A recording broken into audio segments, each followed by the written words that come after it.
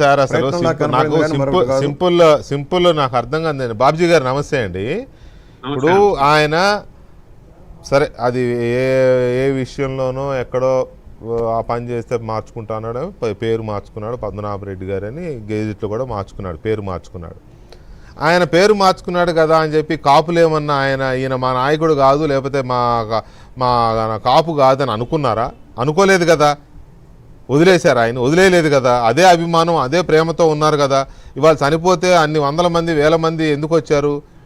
తమ సామాజిక వర్గానికి చెందిన నాయకుడు, సుదీర్ఘ రాజకీయ చరిత్ర ఉన్నవాడనే కదా. అలాంటి దగ్గరికి వెళ్ళి నానా బీభత్సం చేసి అల్లరల్లరి చేసి ముద్రగడ పద్మనాభం గారి చావు దగ్గర కూడా రాజకీయం చేసి ఆయన కూతురు దగ్గరికి రానియకపోతే ఇవాళకి లక్ష్మీపార్వతి గారు ఎన్టీఆర్ గారి జన్మదినం వచ్చినా లేకపోతే ఇదో వర్ధంతి వచ్చినా ఆమె ఎన్టీఆర్ ఘాటుకు వస్తుంది అందరితో పాటు, కుటుంబ సభ్యులతో పాటే. ఎవరన్నా అడ్డుకుంటున్నారా? ఎందుకు అడ్డుకుంటారు? అసలు అంత సంస్కారం లేని వాళ్ళు ఎవరు ఉంటారు? మరి ఇదేమి సంస్కారం?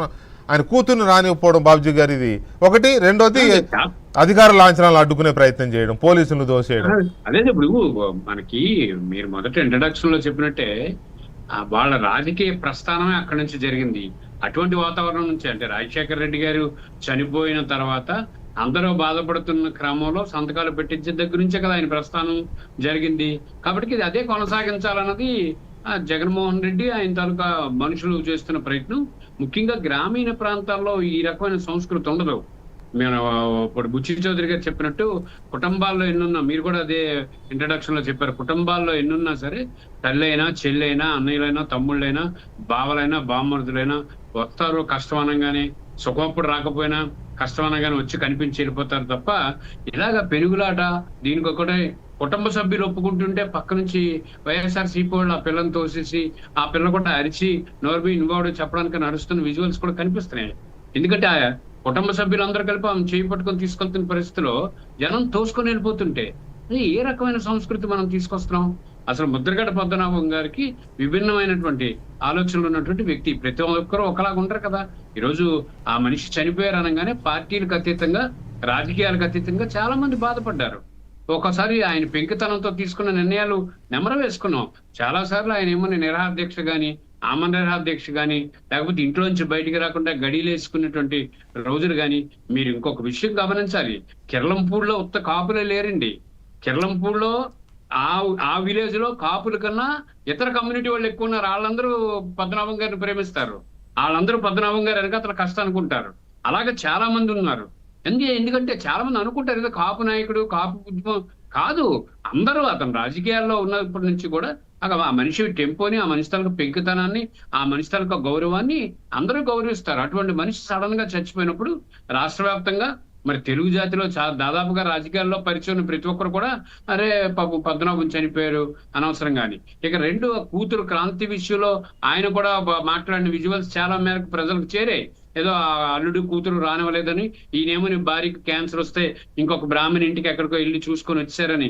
ఇవన్నీ మనుషుల మధ్య విభేదాలు ఉన్నప్పుడు జరుగుతూ ఉంటాయి, సహజం అది. కానీ చనిపోయిన తర్వాత కూతురుని రానివ్వకుండా, అన్నిటికన్నా ముఖ్యంగా ఈరోజు చంద్రబాబు నాయుడు గారు చాలా ఉందాగా వెంటనే ప్రభుత్వ లాంఛనాలతో అంతిమయాత్రని కొనసాగించాలి, అది అంతిమ సంస్కారం చేయాలని చెప్పిన తర్వాత అడ్డుకోవడానికి వీళ్ళెందుకండి? చాలా గౌరవించాలి కదా. తన మనిషి అనుకున్నప్పుడు, మా మనిషి అనుకున్నప్పుడు, ఆయన పార్టీ నాయకుడు అనుకున్నప్పుడు, నిజంగా ప్రభుత్వం ఆ రకమైనటువంటి ఆదేశాలు ఇచ్చిన తర్వాత చాలా గౌరవంగా గర్వంగా ఆ మనిషిని పంపించాల్సిన బాధ్యత ఉంది కదా. వీళ్ళెందుకు అనవసరంగా రచ్చ క్రియేట్ చేసి, ఆ రచ్చ క్రియేట్ చేస్తున్నప్పుడు జనం వస్తే తోపులాట చేసి మళ్ళా కూతుర్ని రానివ్వకుండా వీళ్ళు నినాదాలు చేసి, లేకపోతే పోలీసులతో కూడా వీళ్ళు అక్కడ ఆర్గ్యుమెంట్ పెట్టుకోవడం చూస్తున్న వాళ్ళకి సభ్య సమాజం ఆర్గ్యుమెంట్ కాదు, తోసేయడం, చేయి చేసుకోవడం. అవునండి, చేయి చేసుకోవడం. ఇది ఏ రకమైనటువంటి పరిణామాలు? రేపు పొద్దున ఏం సంస్కృతి అంటే శాంతియుత వాతావరణంలో రాష్ట్రంలో పరిణామాలు జరుగుతున్నప్పటికీ కూడా ఏదో గలాట ఎక్కడో దగ్గర ఏదో గలీజు వాతావరణాన్ని సృష్టించడానికి పడుతున్నటువంటి తప్పనలే తప్ప ఈ జగన్మోహన్ రెడ్డి గారు అయినా సరే అదే ఉందాతనంగా బిహేవ్ చేయాలి మన వాళ్ళు అని అనాలి. లేకపోతే అన్ని పార్టీలు వాళ్ళు వస్తే వాళ్ళందరినీ వీళ్ళు తీసుకొని వెళ్ళి, బుచ్చి చౌదరి గారు ఎంత పెద్ద మనిషి అండి, ఎందుకు వెళ్ళారు? ఎందుకు వెళ్ళి అక్కడ నమస్కారం పెట్టి వచ్చారు? ఆయన చెప్తున్న మాట ఏంటి? మనందరమే చరిత్రను చూడాలి, మనుషులను చూడాలి, వాళ్ళ వ్యక్తిగత జీవితాన్ని చూడాలి, వాళ్ళ రాజకీయాల్లో ఎంత ఉందాగా నడిచారో చూడాలి.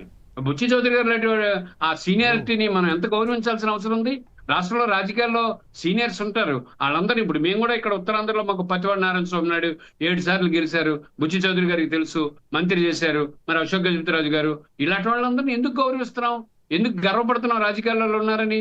కాబట్టి ఇది జగన్మోహన్ రెడ్డి గారు కానీ, లేకపోతే వైఎస్ఆర్ పార్టీ వాళ్ళు కానీ ఈ సంస్కృతిని కొనసాగించడం వల్ల వాళ్ళకే ముప్పు తప్ప ఎక్కడేం కాదు. గ్రామీణ ప్రాంతాలు చూడండి, చివరికి ఆఖరికి వచ్చేటప్పటికి ఏమైంది, వీళ్ళందరూ వైఎస్ఆర్సీపీ వాళ్ళు ఎంత గందరగోళం చేసినా చివరికి గ్రామీణ ప్రజలు ఏం చేశారు, చేతిలోకి తీసుకొని మొత్తం ఆ కార్యక్రమాన్ని వాళ్ళే పూర్తి చేసి వాళ్ళ కార్యక్రమాలు నిర్వర్తించగలిగారు. మరి వీళ్ళు ఏమైపోయారు, ఆ జగన్మోహన్ రెడ్డి వెళ్ళిపోయినట్టే వెనకతలు అరుచుకొని వెళ్ళిపోయారు వీళ్ళందరూ. అక్కడ ఎవరు లేరు కదా. అక్కడ మళ్ళా చుట్టుపక్కల ఉన్న గ్రామస్తులందరూ కలిపి వాళ్ళ నేతగా వాళ్ళు అన్ని రకాలుగా గౌరవించినటువంటి ముద్రగడ పద్మనాభంగా అంత్యక్రియలు పూర్తయ్యే వరకు వాళ్ళే అంతే కదా కార్యక్రమం రైట్. బొలిశెట్టి గారు, ఇక్కడ మామూలుగా ఇళ్లలో ఎలా ఉంటుందంటే మగపిల్లలు తల్లికి, ఆడపిల్లలు తండ్రికి ఉండే అటాచ్మెంట్ సహజంగానే ఏ ఇంట్లో అయినా అలాగే ఉంటుంది. మగపిల్లలు తల్లి, మీ అందరికీ తెలుసు, మీరు మీ పిల్లల్ని అబ్జర్వ్ చేస్తూ ఉంటారు కదా. మగపిల్లలు తల్లితో ఉంటారు, ఆడపిల్లలు తండ్రి అంటే ఎక్కువ ప్రేమగా ఉంటారు. అలాంటిది ఆయన ఏదో పేరు మార్చుకున్నాడని వాళ్ళ డాక్టర్ క్రాంతికి అది నచ్చలేదో, ఏదో గొడవ పడ్డారు, సంథింగ్ ఏదో ఉంటాయి, ఇల్లు నాకు ఉండవా. ఇప్పుడు ఆమె వస్తే ఏడ్చుకుంటూ వస్తే అది ఒక్క నిమిషము బొలిశెట్టి గారు, మంత్రి జనవల్ శాఖ